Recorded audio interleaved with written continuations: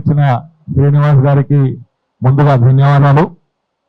సుమారు 100 మంది పిల్లలు చనిపోయినా మొద్దు నిద్రపోతున్నటువంటి ప్రభుత్వాన్ని ముళ్ళగట్టె బట్టి పొడిచి లేపే ప్రయత్నం చేస్తున్నటువంటి Telangana knowledge centre and research నిర్వాహకులకు అందరికి కూడా నా యొక్క అభినందనలు తెలియజేస్తా ఉన్నా.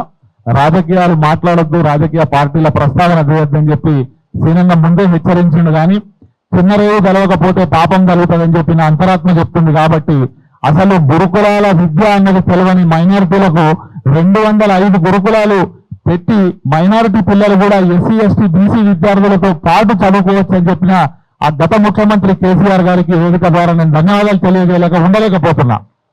రెండోది, నిన్న ఎవరెస్ట్ ఎక్కిన పిల్లల గురించి మాట్లాడుకుంటే రోడ్డెక్కిన పిల్లల గురించి మనం ఇక్కడ చర్చ పెట్టుకుని దుస్థితికి తీసుకొచ్చినాం. ఇదే మార్పేమో అని కూడా నేనైతే అనుకుంటా ఉన్నా. మరి మార్పు అనుకుంటే నిన్న అక్కడ ఎందుకున్నాం, ఇవాళ ఈ రోడ్డెక్కిన పిల్లల గురించి మనం ఎందుకు చర్చ చేస్తున్నాం అన్నది కూడా ఈ సందర్భంగా నేను మీకు తెలియజేస్తా ఉన్నా.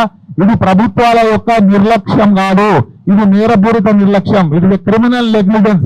ప్రభుత్వాల మీద మనకు వీలుంటే ఎన్ని సంఘాలు బాలల హక్కుల గురించి విద్యార్థుల హక్కుల గురించి కొట్లాడే వాళ్ళు ఉంటే culpable homicide not amounting to murder case వాళ్ళ మీద నమోదు చేయాల్సిన అవసరం ఉంది ఇంతమంది పిల్లలు చనిపోయినప్పుడు అని చెప్పి నేను మీకు విజ్ఞప్తి చేస్తా ఉన్నా. అవకాశాలు ఏమన్నా ఉంటే ఎవరైనా సీనియర్ అడ్వకేట్లతో సలహా తీసుకొని మానవ హక్కుల సంఘాన్ని అప్రోచ్ అవుదామా, లేకపోతే కోర్టులో ఏమన్నా ప్రైవేట్ కంప్లైంట్ ఏమన్నా రిట్ పిటిషన్లు దాఖలు చేసి దీని మీద ఏమైనా యాక్షన్ తీసుకున్నామా అన్నది కూడా మీరు సందర్భంగా ఆలోచన చేయాలని చెప్తా ఉన్నా.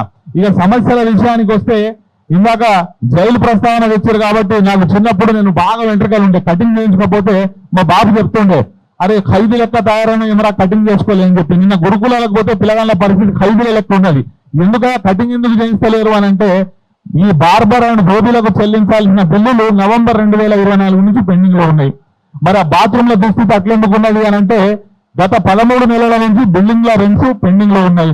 బయట ఛార్జెస్ మీకు ఏప్రిల్ నుంచి బయట ఛార్జీలు పెండింగ్ లో ఉన్నాయి. మిస్లేనియస్ ఛార్జీలు వచ్చేసి ఫిబ్రవరి 2025 నుంచి ప్రిన్సిపాల్లకు వార్డన్లకు రావాల్సిన మిస్లేనియస్ ఛార్జెస్ పెండింగ్ లో ఉన్నప్పుడు మరి బడ్జెట్ కేటాయింపు లేకపోతే వాళ్ళు మాత్రం ఏం చేయగలుగుతారు?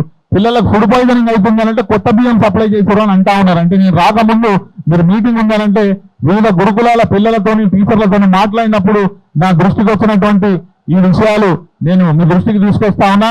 చాలా మంది కుల సంఘాల బాధ్యులు ఉన్నారు కాబట్టి మీ దృష్టికి ఇంకొక విషయాన్ని చేయదలుచుకున్నా. మరి దీనిలో ఏమన్నా ఈ ఎస్సీ ఎస్టీ బీసీ మైనారిటీ విద్యార్థులను విద్యకు దూరం చేయాలన్న కుట్రకోణం ఏమన్నా ఉన్నదా అన్నది కూడా మీరు దయచేసి ఆలోచన చేయాలని చెప్పి నేను మీకు ఈ సందర్భంగా విజ్ఞప్తి చేస్తా ఉన్నా. ఇక ప్రభుత్వాల్లో ఏం కావాలి అనంటే ఒక్కటే చేయాలి ప్రభుత్వం, ఫ్యూచర్ సిటీ మీద ఉన్న ఆలోచనలో పావుమంతు ఫ్యూచర్ జనరేషన్ మీద పెడితే తప్పకుండా ఈ సమస్యలన్నీ పరిష్కారం అవుతాయని చెప్పి నేను అనుకుంటా ఉన్నా.